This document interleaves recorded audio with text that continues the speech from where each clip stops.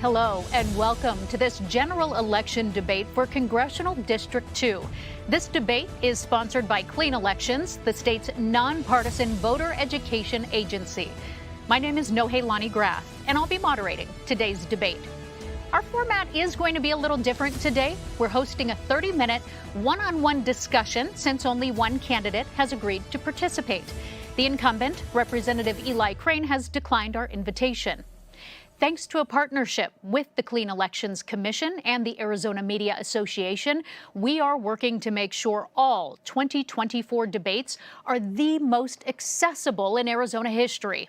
That means this conversation will air on a long list of local TV stations, radio stations, and digital platforms, including support from local newspapers. Transparency is critical here. That's why this conversation has been designed with input from a broad group of journalists in Arizona representing urban and rural communities. We also want to thank voters across Arizona who have submitted questions as well. We've reviewed all of them to make sure every voice is heard. However, no candidate has been given advanced access to any of those questions. So with that, let's introduce the Democratic congressional candidate, Mr. Jonathan Nez. Welcome, and thank you for being here. Well, thank you, Nohelani, for having me. Appreciate it. So, Mr. Nez, we are going to start by giving you 2 minutes for an opening statement. You have the floor. Well, my name is Jonathan Nez, and to honor my elders, the Navajo elders, I'm going to introduce myself in the Navajo language. And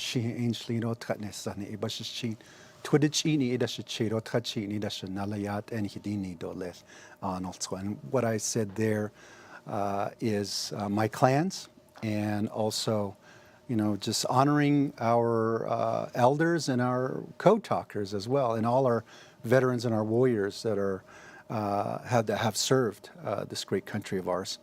Well, I grew up on the Navajo Nation without running water or electricity, and grew up with Republican parents. That teaching of bootstrap mentality. In Navajo, they call it ta'hu'ijit'ega, being self-sufficient and self-reliant.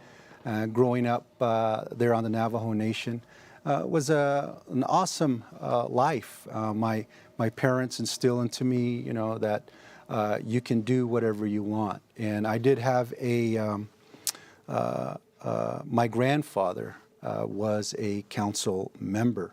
And I always wanted to be like him, and being in public service. So, of course, our grandparents and our elders always challenged us to go get an education, get the experience, get that, and then come home and help your people. And so 18 years of public service. Fast forward today, I was a lawmaker of the Navajo Nation Council, as well as a Navajo County Board of Supervisor, and became the vice president and president of the Navajo Nation. And when I graduated from Northern Arizona University, my wife and I returned home to be of service.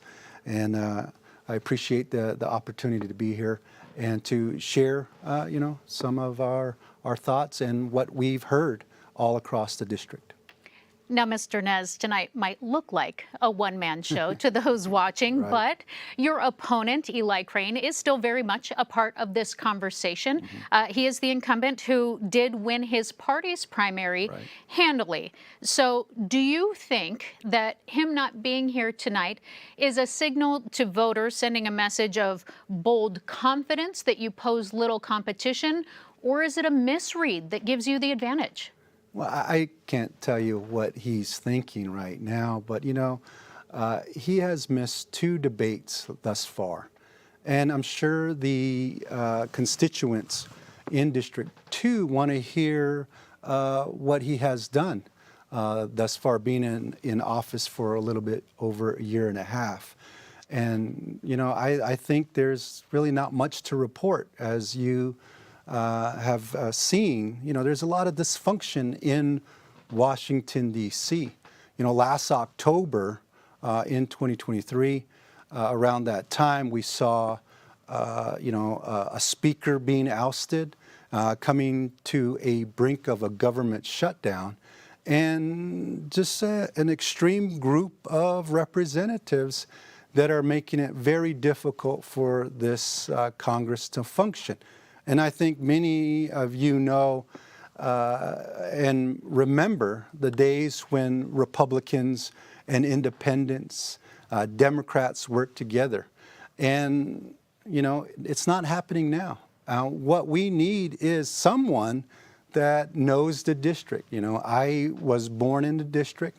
I was raised in the district. I went to school and served, and still being of service in the community, unlike my opponent who lives in Oro Valley, close to Tucson.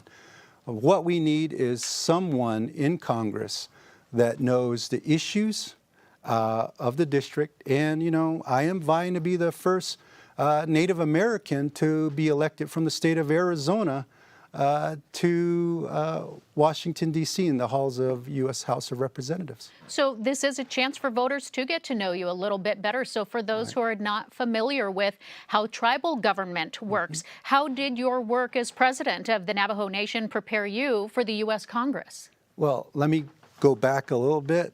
I was a lawmaker and also was a Navajo County Board of Supervisor. During my 2 terms as a county board of supervisor, we were able to work together and bring the needed resources, our fair share of resources, into the county to help everyone. It's not about who voted for me and helping them. It's about everyone, even those that did not vote for me. And I have a record of bringing people together. And as you mentioned, my time in tribal government, you know, we have a direct relationship with the federal government, a nation-to-nation relationship. So I was able to go before Congress, testify in hearings for the needs of our citizens up in the Navajo Nation. And that will only continue because I have the experience. You know, 18 years of public service does bring a large network.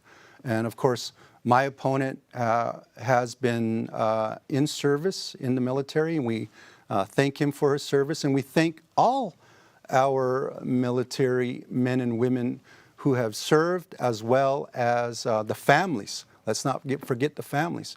And a couple of weeks ago, we had National Navajo Code Talkers Day, which honors our code talkers for utilizing the language that I just spoke at the onset, which helped win battles and helped win World War II. So we have a history of service in the military as Native Americans. I think they also say per capita of any ethnic group in this country, Native Americans have served, and of that, a majority of them are the Navajo people. And thank you for your service. So, Mr. Nez, let's dive deeper into some of those issues that would be on the table if you were in Congress, and very localized at that. Let's talk about wildfires. There were 2, and this is such a pressing issue, certainly for the northern portion of the state that you would be covering. Right. There were 2 wildfires in 2022 within 2 months. Wildfires continue to plague portions of the country, but especially the high country of Arizona. The season is getting tougher and tougher to tell when it is. So what do you think needs to be done to mitigate that threat or improve responses? Is it deforestation? Is it prescribed burns? Because you would be advocating for federal funding. Right. Thank you for that question. You know, up in the northern parts of the state, especially in communities like Flagstaff and then Payson, on the tribal communities as well, there's a need for additional resources. You know, let me first say that, you know, there are folks out there that do not believe in climate change, you know, and we see it evident even in the metropolitan, in this metropolitan area of Phoenix. I believe this year has broken records of having heat-related deaths, as well as, you know, high temperatures. And so we need to get resources needed to combat these changing events in our communities. And let's go back to your question about the forest. Yes, we do need to thin out the forest. We need to have healthy forests. And after, let's say, a fire goes through a region, we also need to have funding for mitigation of flooding. As a Navajo County Board of Supervisor, the 4Fry project, we were able to bring the counties together and to make sure that, we bring in the resources to make sure that there are healthy forests in the region. And the thinning of the forests, we should be able to support local communities to utilize the timber so that we could be able to utilize that to build more homes, to build more businesses in the area. And it's all about job creation. And I know that many of our folks out there want to live in the rural areas or in the tribal communities. And we're going to continue to advocate to make sure that they're able to live there. And I can go on about the need for child care, affordable child care in those areas as well, so that we can keep our folks who want to stay in the rural parts of Arizona. Because a strong rural Arizona is a strong Arizona as a whole. We'll get more to that and the cost of living in just a minute, but just sticking with the wildfires for a moment, if you are talking about forest thinning, the argument, of course, against it is that you destroy natural habitats. Is there a balance? Well, there is a balance, and you could see that happening in the forests around Flagstaff, And we need to protect folks that have homes in the area as well. Mm-hmm. And we can't just continue to have enormous growth in those forests. We also need to clean them up and make sure that there is less debris in those forests, because once the fire hits the debris, and that's what takes the fire into into populated areas, and we don't want to do that. Mm-hmm. When we do talk about the cost of living, making sure that the middle class can survive across the state, but in northern Arizona, in Coconino County especially, housing costs have gone way up. They've also had the 17% minimum wage increase. Mm-hmm. Do you see a change like that as something that helps the people there, or does it hurt small businesses? What needs to be done so that the middle class can survive? Right. Our people are struggling all across the state. And because they see the high prices of food, the high prices of gas, the high prices of rent and mortgages. And what's the relief? We need to bring in jobs, and also, as I mentioned earlier, the support needed so that people can live in rural Arizona and in tribal communities. For instance, on the Navajo Nation, we built 3 new hospitals on the Navajo Nation. Of course, you build a hospital, you need to recruit and retain staff, professionals in the community. And what we did was we provided housing for those healthcare professionals. At a lower rent for many of those healthcare professionals, so they can stay in the community. But of course, that's just one, because a lot of the healthcare professionals are young, and they are young parents. And we need to also bring the affordable child care into these communities. Child care facilities in rural and tribal communities is needed. And once we were able to bring in some of those resources to build those types of facilities, they're more likely to enjoy being there, and we can keep them in their communities. Of course, as president, we focused on growing our own professionals, getting them to school. When we do scholarships, we're able to bring them back home and say, you got to do your residency in our local communities. And let's not forget the trades too. And there's a lot of unions out there that want to, be closer to home rather than traveling miles and miles, maybe even hundreds of miles to work. And that's why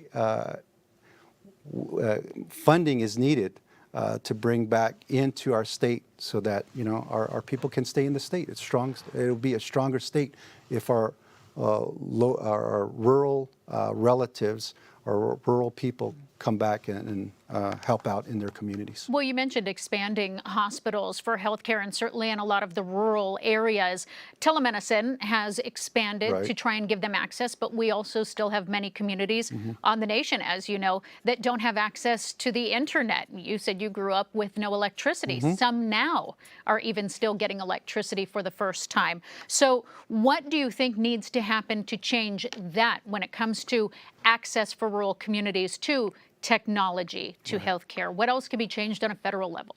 Well, there is a move to bring in a lot more infrastructure into rural America.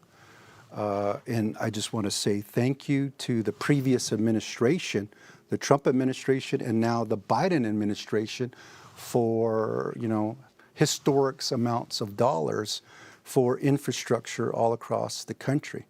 On the Navajo Nation, you know, we have seen historic amounts of funding coming in to expand electricity. You can't just have broadband going in one direction without electricity.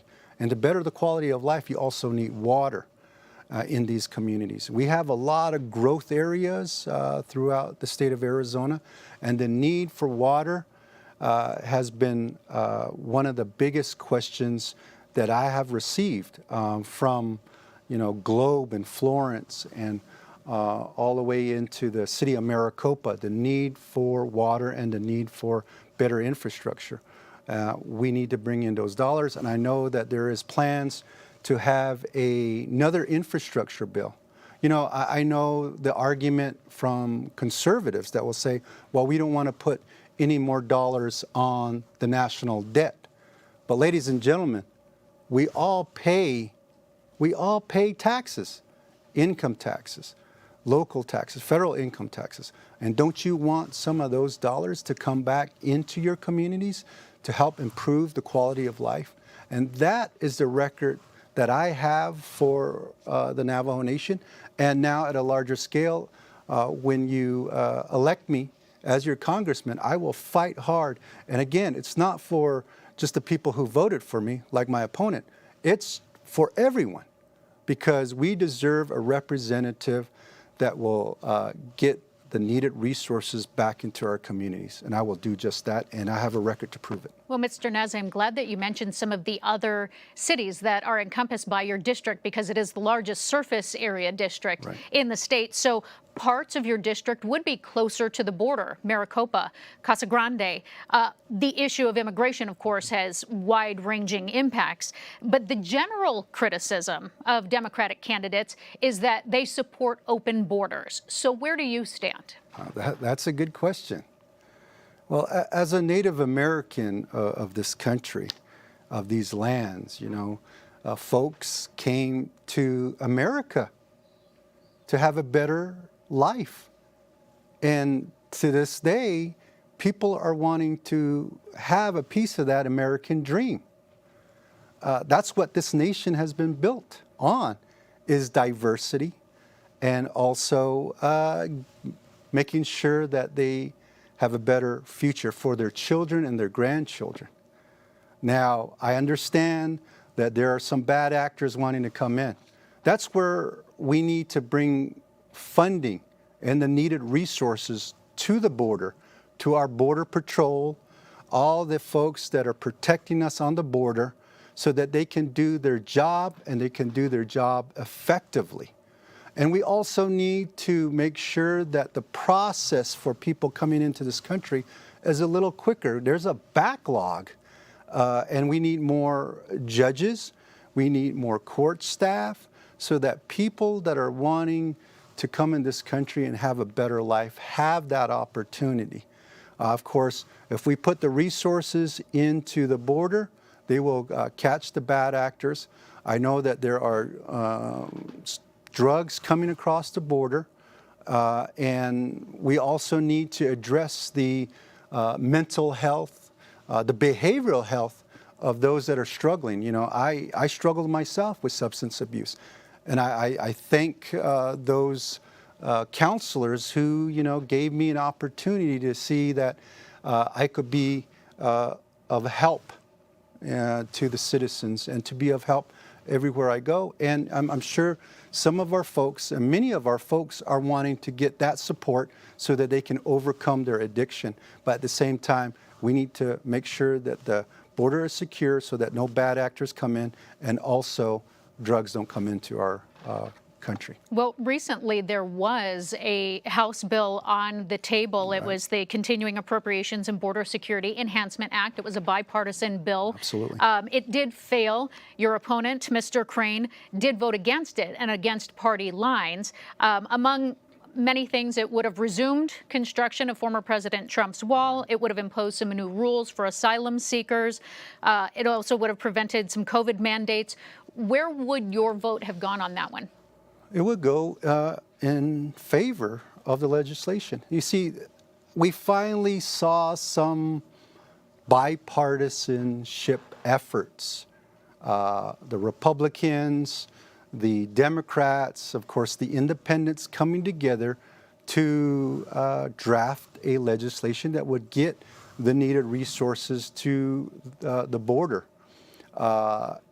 Staff, and also, as I mentioned earlier, getting dollars to the courts so that people can come in without all that backlog and get into this country so that they can be productive citizens here.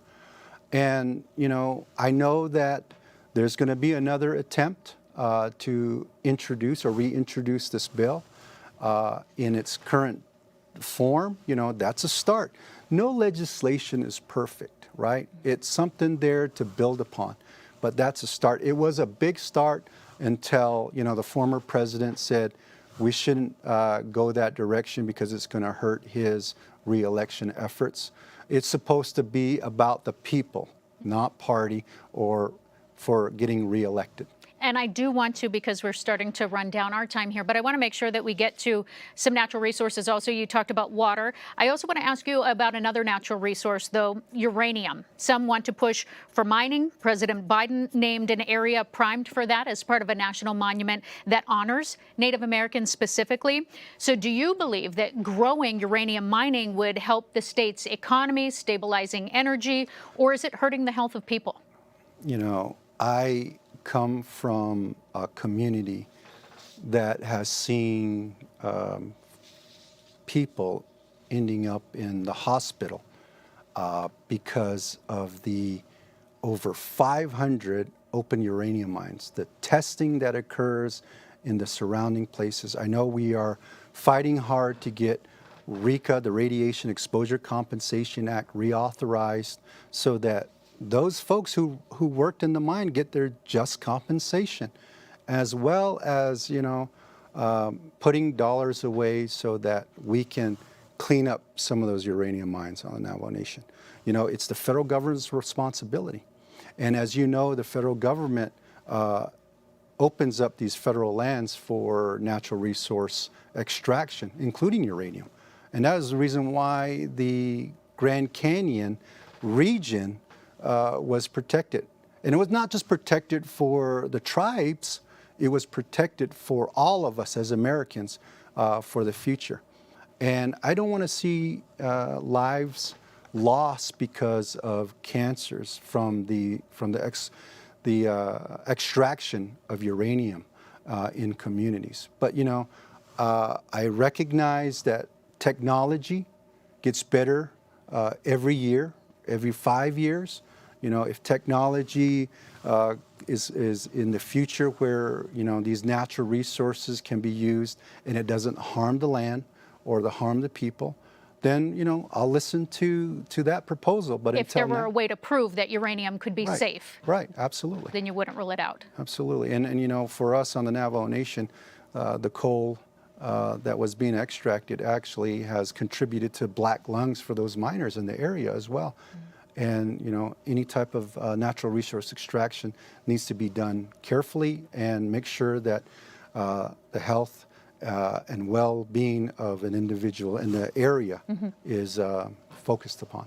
Very quickly, before I get to your closing statement, I do want to ask, because it has become pretty standard now with debates here, when we talk about the 2020 election and election integrity, do you believe that the 2020 election was stolen? No. Would you certify the results for this next election? Will you agree, however they? Absolutely. Our elections are done correctly. Of course, it's not perfect, but it is done correctly. And we shouldn't disenfranchise anybody's vote.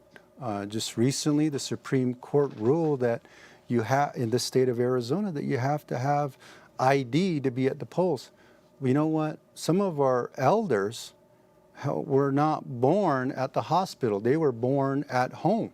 They don't have birth certificates, and they're Native Americans. They're the first citizens of this country, but yet, because of the Supreme Court ruling, their vote is in jeopardy. Thank you. Yeah. So I do want to get to your closing remarks before we go, because our half hour has gone quickly. And so this is your final chance to speak to the voters. You have 1 minute. Well, let me just say thank you again. I have traveled this large district. It's one of the largest in the country. It's over 60% of the state, over 58,000 square miles. Matter of fact, we just put 400 miles just today, going all the way to the Wallapai Nation in Peach Springs and to come here. And it's a very diverse district. Out of the 22 tribes in Arizona, 14 of them are in this district. And so I am respectfully asking for your vote in Congressional District 2. I have a proven record of progress. I have a proven record of bringing resources in to the area, especially in the constituencies that I've had over these 18 years of public service. And so that fight will continue, and I think we all need to warrior up these next couple of months and make sure that we put in people that have the best heart for the citizens. Thank you, Mr. Nez. We appreciate your time. That is all the time that we do have for this debate for Congressional District 2. On behalf of our partners at Clean Elections, the Arizona Media Association, Reister, and Bitfire Studios, we want to thank you for joining us.